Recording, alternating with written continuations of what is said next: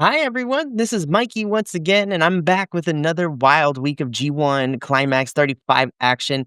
This time I'm recapping week 2 of B Block, which featured plenty of movement on the leaderboard, big momentum swings, and Gabe Kidd having to drop out in the tournament, but we're going to discuss that in a little bit. But because Gabe Kidd had to drop out, it definitely shook up the math for this week. So, without further ado, let's just break down everything from the July 23rd Nagaoka show and the July 26th Tokyo show for B Block. And let's discuss the good, the gritty, and the how did we get here, shall we? So we're going to start off with Shingo Takagi defeating Gabe Kidd via forfeit.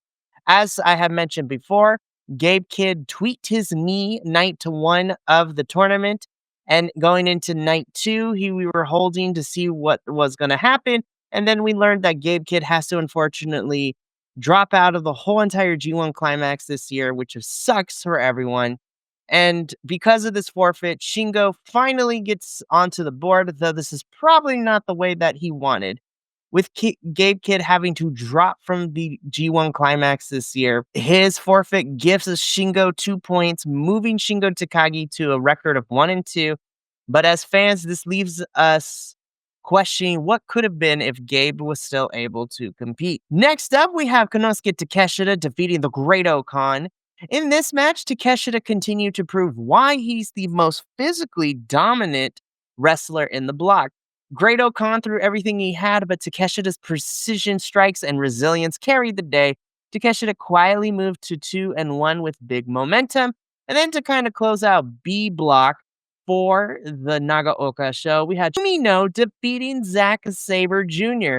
So we've been following this feud since Wrestle Kingdom earlier this year, back in January. And I was wondering going into this how this match was going to fare and shake up. But this was a statement win for Shota. Umino was able to outlast Zack in a highly technical affair, showing how far he's come.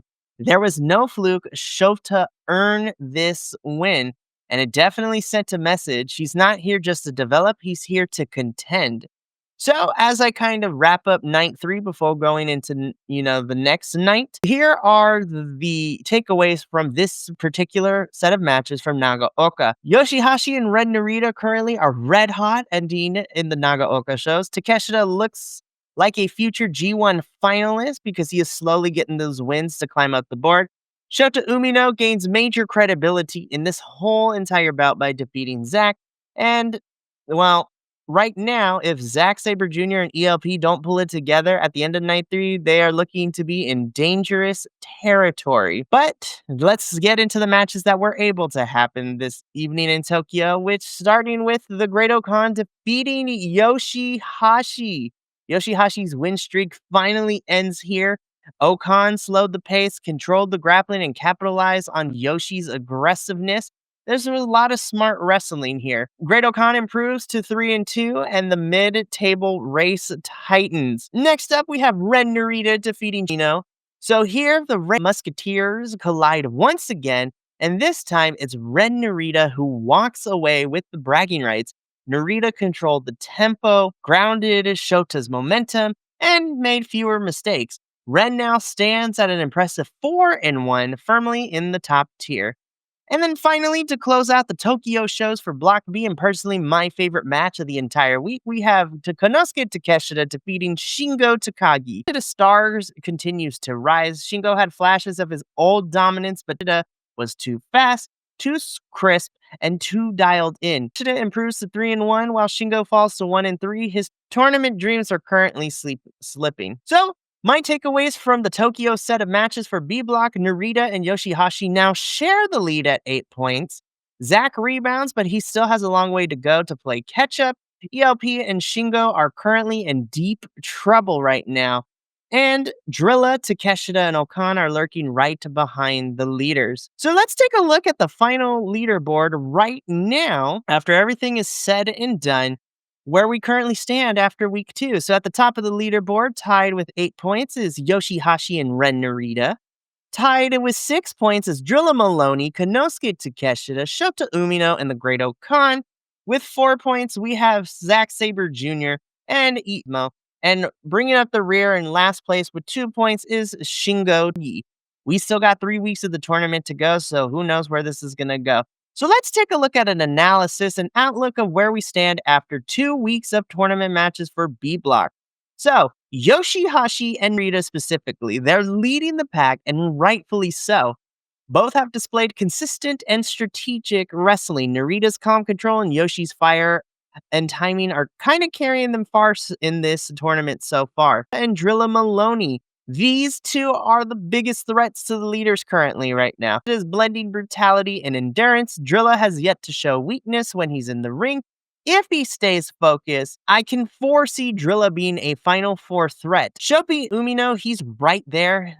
His loss to Narita probably definitely stings, but the win over Zack Sabre Jr. gives him a tiebreaker edge.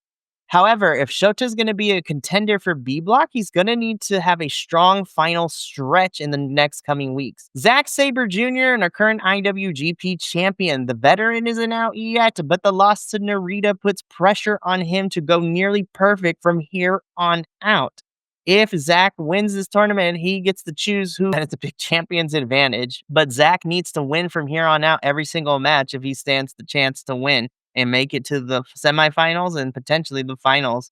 The Great Okan, he's flying under the radar, but now with 3-2 with a win over YOSHI-HASHI, Great Okan is probably the dark horse right now, so we probably shouldn't sleep on the Dominator. ELP and Shingo are both kind of struggling, and they're both below the 0.500 mark, like using baseball terms and the stats.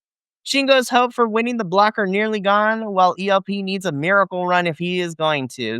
And of course, unfortunately, Gabe Kidd, because he had to forfeit everything without lacing the boots, at this point, it's unfortunate that Gabe had to leave this tournament and drop out. So that brings us to the conclusion of week 2. So week 2 of B Block definitely brought a lot of clarity and chaos. We've got clear front runners.